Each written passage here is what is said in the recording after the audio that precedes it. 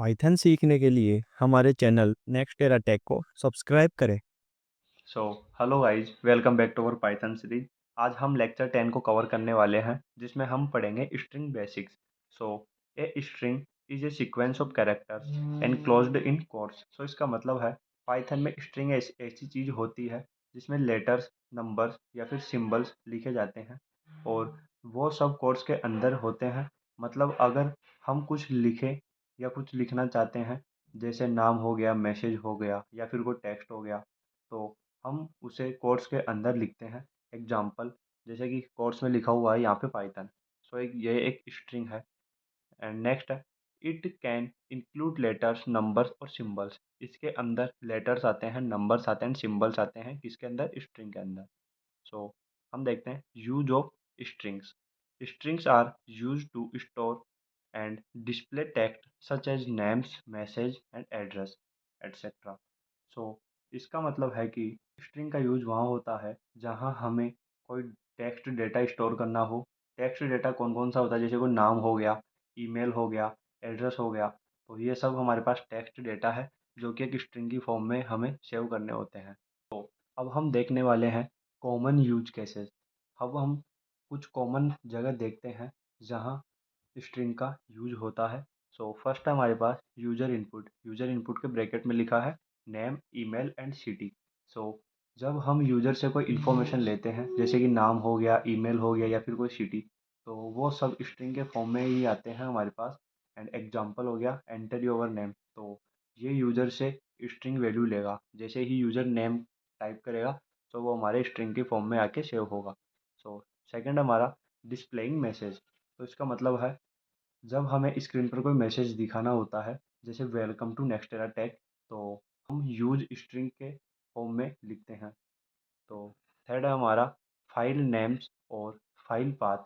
सो files का नाम और उनके पाथ भी स्ट्रिंग होते हैं। और है हमारा data handling in applications. Application में जब हमें यूज़र डेटा हैंडल करना होता है, जैसे किसी फॉर्म का डेटा हो गया, मैसेज लॉग्स हो गया या डेटाबेस में नेम्स हो गए, तो वो सब स्ट्रिंग के थ्रू ही हैंडल होते हैं। सो एक एग्जांपल है इसका, print welcome to Python programming. So यहाँ सिंपल प्रिंट स्टेटमेंट है जो स्क्रीन पर मैसेज दिखाएगा वेलकम टू पाइथन प्रोग्रामिंग। ये मैसेज एक स्ट्रिंग के फॉर्म में कोर्स के अंदर लिखा गया है। नीचे है creating strings. So we can create a string in three ways. So Python में स्ट्रिंग बनाने के तीन सिंपल तरीके होते हैं, single quote, double quote and triple quotes. हम तीनों को यहाँ पे देखने वाले हैं। फर्स्ट देखते हैं हम यहाँ पे सिंगल कोट्स। तो सिंगल कोट्स के अंदर लिखा हुआ है हेलो। सिंगल कोट्स का मतलब है टेक्स्ट को एक पेयर में सिंगल कोट्स में लिखना। डबल कोट्स का मतलब होता है टेक्स्ट को डबल कोट्स के अंदर लिखना, यानी हेलो और हेलो दोनों सेम ही काम करेंगे। सिंगल कोट्स का हेलो एंड डबल कोट्स का हेलो, दोनों का सेम ही काम होगा। ट्रिपल कोट्स तब यूज करते हैं जब हमें मल्टीपल लाइंस का यूज करना होता है स्ट्रिंग के अंदर, जैसे एक पैराग्राफ या मल्टीपल लाइंस ऑफ टेक्स्ट। तो एग्जांपल देखते हैं। प्रिंट, यहाँ पे लिखते हैं हेलो वर्ल्ड एंड नीचे हमें लिखना हो वेलकम टू नेक्स्ट एरा। सो यहाँ पे मल्टीपल लाइंस हो गई, तो यहाँ पे हम ट्रिपल कोट्स का यूज करते हैं। तीन कोट्स लगाएंगे, इसको बोलते हैं ट्रिपल कोट्स। सो अब हम यहाँ पे कवर करने वाले हैं accessing characters. Each character in a string has an index number starting from zero. So her string के अंदर जितने भी लेटर्स होते हैं, उन सबका एक पोजीशन नंबर होता है जिसे हम इंडेक्स नंबर कहते हैं। और ये हमेशा जीरो से स्टार्ट होता है। हमने यहाँ पे लिखा ना स्टार्ट फ्रॉम जीरो। अगर हम लिखे पाइथन, तो पाइथन का जो स्टार्टिंग वाला पी है, इसकी पोजीशन होगी जीरो, इसकी पोजीशन होगी वन, इसकी पोजीशन होगी टू। तो यानी जो स्ट्रिंग होती है वो हमेशा जीरो से स्टार्ट होती है। तो अब एक एग्जांपल देखते हैं। यहाँ पे हमारे पास एक एग्जांपल है, word equal to Python. Python हमारे पास यहाँ पे स्ट्रिंग के फॉर्म में है। Print word of zero and print word of five. So हमारे पास यहाँ पे लिखा हुआ है वर्ड ऑफ जीरो।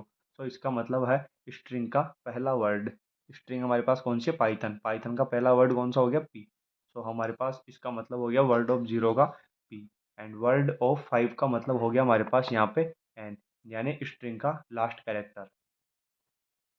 सो अब नेक्स्ट देखते हैं, string is immutable. After you make a string you can not modify it's character. So immutable का मतलब होता है जो कभी बदल नहीं सकता, यानी पाइथन में जब एक बार स्ट्रिंग बन जाती है तो उसके अंदर वाले वर्ड को आप बदल नहीं सकते।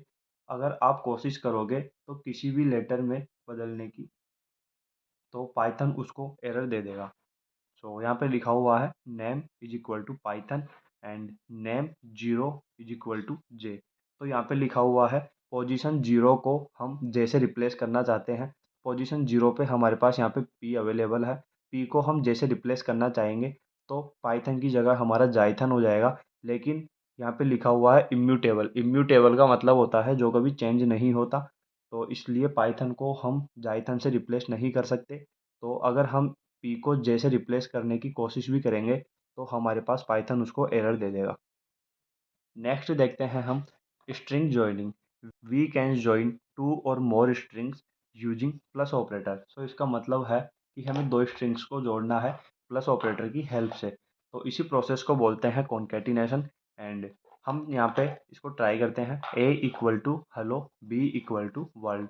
सो प्रिंट करते हैं हम ए प्लस, यहाँ पे डबल कोट्स के अंदर कुछ भी नहीं लिखा हुआ, इसका मतलब है यहाँ पे हमने एक स्पेस को प्रिंट करवा रहे हैं और प्लस कर रहे हैं बी को। ए के अंदर स्टोर किया गया है हेलो एंड बी के अंदर स्टोर किया गया है वर्ल्ड, और दोनों के बीच में हमने एक स्पेस को प्रिंट करवाया है, इसलिए हमारे पास आउटपुट में आया है हेलो वर्ल्ड, और दोनों के बीच में एक स्पेस है, स्पेस को हमने यहाँ पे डबल कोट्स के अंदर प्रिंट करवाया है, तो हमारे पास आउटपुट आएगा hello world.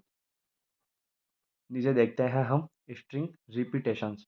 We can repeat string using multiple operator. So यहाँ पे लिखा हुआ है text is equal to hi, print text multiply by 3।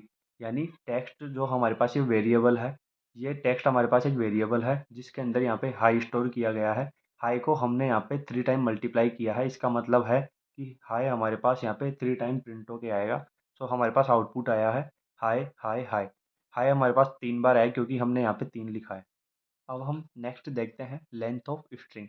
So to find number of characters in a string use length function.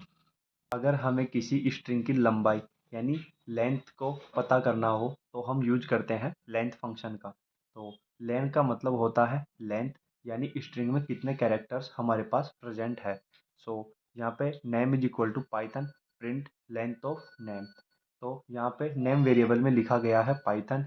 अब इस word में कुल 6 character है, P Y T H O and N. So इसलिए output आएगा हमारे पास यहाँ पे 6। तो याद रखो लेंथ फंक्शन हमेशा स्ट्रिंग के अंदर टोटल कैरेक्टर्स को काउंट करता है और हमारे पास आउटपुट देता है। Escape characters, escape sequences are used to add special characters inside strings। so कभी कभी हमें स्ट्रिंग के अंदर स्पेशल कैरेक्टर लिखने होते हैं, जैसे कि न्यू लाइन, टैब स्पेस या फिर कोट्स को। तो लेकिन अगर हम उन्हें डायरेक्ट लिखते हैं तो पाइथन कंफ्यूज हो जाता है, तो उन्हें लिखने के लिए हम यूज करते हैं ब्रैकेट्स को। तो हम देखते हैं यहाँ पे कुछ हमारे पास सिंबल्स दिए गए हैं। स्लैश एन का मतलब होता है न्यू लाइन को प्रिंट करना, यानी अगले लाइन में ले जाना। स्लैश टी का मतलब होता है टैब स्पेस, थोड़ा ज़्यादा गैप देना, यानी 4 स्पेस का एक टैब होता है। यहाँ पे है सिंगल कोट्स, ये सिंगल कोट्स को दिखाने के लिए यूज किया जाता है ताकि हम जो मैसेज प्रिंट करवाते हैं वो सिंगल कोट्स के साथ हमारे पास प्रिंट हो। ये डबल कोट्स को दिखाने के लिए यूज किया जाता है, डबल कोट्स। नीचे देखते हैं हम string input example. Name is equal to input enter your name and print hello name. So हम यूज़र से कुछ इनपुट लेना चाहते हैं, जैसे उसका नाम, तो हम यूज करते हैं इनपुट फंक्शन का। जैसे कि हमने यहाँ पे लिया name is equal to input enter your name and print hello name. So enter your name हमारे पास अगर हम इसको प्रिंट करवाते हैं तो एंटर योर नेम आउटपुट में आएगा। हमने उसमें नाम लिखा कृष्णा, तो नेम वेरिएबल यहाँ पे प्रिंट हो जाएगा। और उससे पहले हम प्रिंट करवा रहे हैं डबल कोट्स के अंदर हमारे पास स्ट्रिंग है, हम उसको प्रिंट करवा रहे हैं हेलो नेम।